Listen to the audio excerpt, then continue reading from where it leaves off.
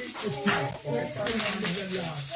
The so-called injured victims under President Duterte a massive hope. At sa atin, mali. I have documents to show. To show. Yes, Your Honor, I Now you proof, say, and I also have my proof. please. May I remind our resource person to, again, patapusin muna yung interpolator before you answer. Okay po, salamat po, Mr. Chair. And sige po, so, kung pwede po, ibigay na lahat ng tanong at mabigyan dito kami ng pagkakataon na sumagot nang wala rin interruption sa You will be given your opportunity to answer. So, patapusin muna talaga yung interpolator, that is our ruling, before the resource person.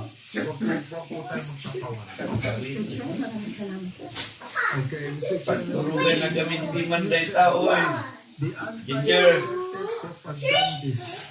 So, alam ko na kung ano yung bias mo. Di ba? May bias ka na rito eh. Oo. Okay. Likely funded by drug cartel, terrorists, corrupt politicians, greedy oligarchs, and narco-politicians are desperately trying to manipulate the global narrative. What did you get information about that, Mr. Chair? Pwede na po ako. Go ahead. Sige. Mr. Chair, pwede na po ako sumagot. Yes. Okay. Doon po sa mga ilalupin tanong, kung saan, ang sabi ko nga po ay hoax. Ang pinagbabasihan ko po doon ay yung mga naglalabasan